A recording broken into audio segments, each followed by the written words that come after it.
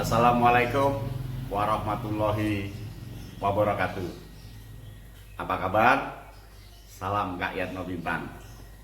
Kali ini topik kita adalah bagaimana cara belajar memperoleh ilmu yang bagus. Bagaimana ilmu pengetahuan didapatkan dengan tepat.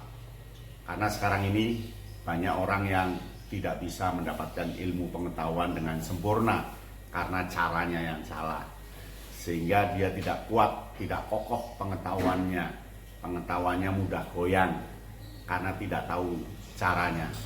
Nah, berikut cara memperoleh ilmu pengetahuan yang bagus.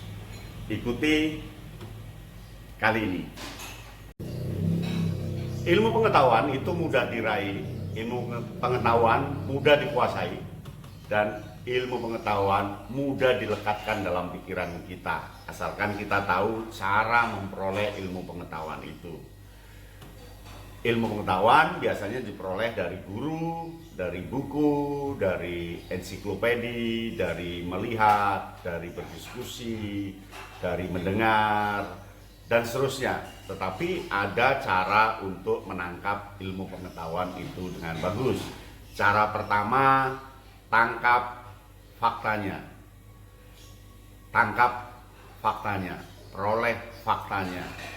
Faktanya itu apa?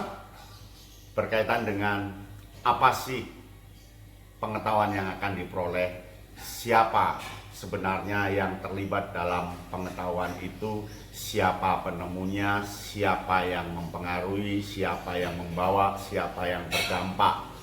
Kemudian di mana ilmu pengetahuan itu pertama, di mana berkembangnya, dari tahun berapa, sejak kapan, kemudian situasinya seperti apa. Itu fakta dasar yang harus dikuasai oleh seseorang pemburu ilmu pengetahuan. Dan fakta ini dia selalu di permukaan, selalu yang umum-umum di berita, di majalah, di surat kabar, di televisi, biasanya berkaitan dengan fakta. Maka yang pertama, tangkaplah fakta. Bagaimana yang kedua? Yang kedua, agar kita dapat memperoleh ilmu pengetahuan dengan kokoh, dengan bagus, adalah peroleh konsepnya. Dalami konsepnya. Yang dimaksud konsep di sini adalah definisinya, pengertiannya. Hakikatnya apa sih sebenarnya? Kalau diterangkan itu seperti apa? Tema-remanya seperti apa? Pengembangannya seperti apa? Itulah yang dimaksud dengan konsep. Konsep itu biasanya kalau dalam dunia ilmu kita suka dengan definisinya. Definisinya apa? Ciri-cirinya apa? Begitu. Itulah konsep.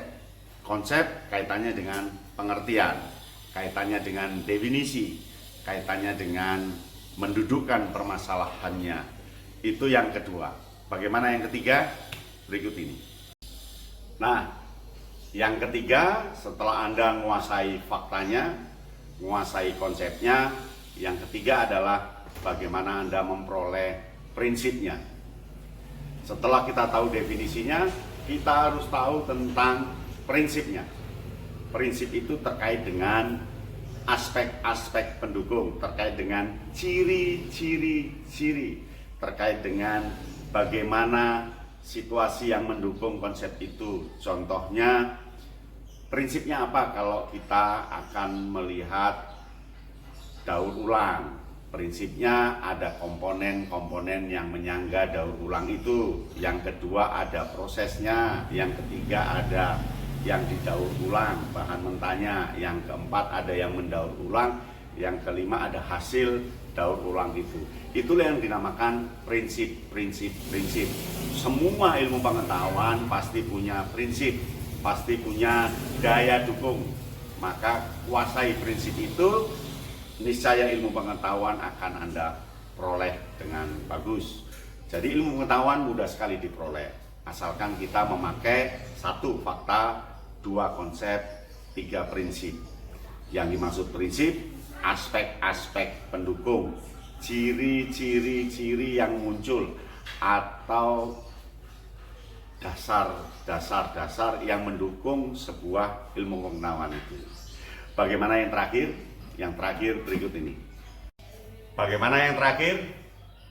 Yang terakhir adalah prosedur.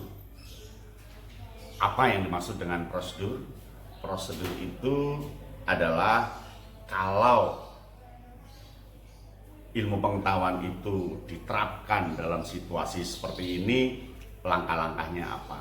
Kalau ilmu pengetahuan itu saya kembangkan secara real, metodologisnya seperti apa? Ilmu pengetahuan itu sebenarnya kalau diterapkan di daerah kami akan terjadi apa? Itulah yang namanya prosedur. Jadi seseorang yang punya ilmu pengetahuan mantap, dia mampu narik sampai ke tingkat penerapan di lokasi. Kalau saya belajar tentang tumbuhan yang berakar serabut, tumbuhan itu kalau ditanam di daerah kami bentuknya seperti apa? Kalau ada sesuatu X ditemukan di daerah mana, di negara mana, jika diterapkan di daerah kami harus seperti apa?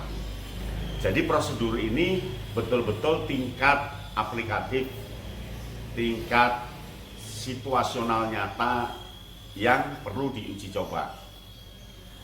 Andai pengobatan COVID-19 di daerah kami seperti apa? Andai penularan COVID-19 ini di daerah kami dapat dicegah seperti apa karena situasi masyarakatnya begini, karena kondisi lingkungannya seperti ini. Jadi prosedur itu betul-betul sudah tingkat aplikatif. Seorang yang punya ilmu pengetahuan hebat, dia sampai ke aplikatif. Jadi ada 4, tangkap faktanya, peroleh konsepnya, dalami prinsipnya, yang keempat, terapkan prosedurnya, terapkan aplikasinya. Itulah 4 cara yang paling mudah. Mesti ada cara-cara lain, tetapi itu cara yang paling mudah kita terapkan. Coba, Anda pasti bisa. Sampai di sini, salam Kak Yatma Bintang.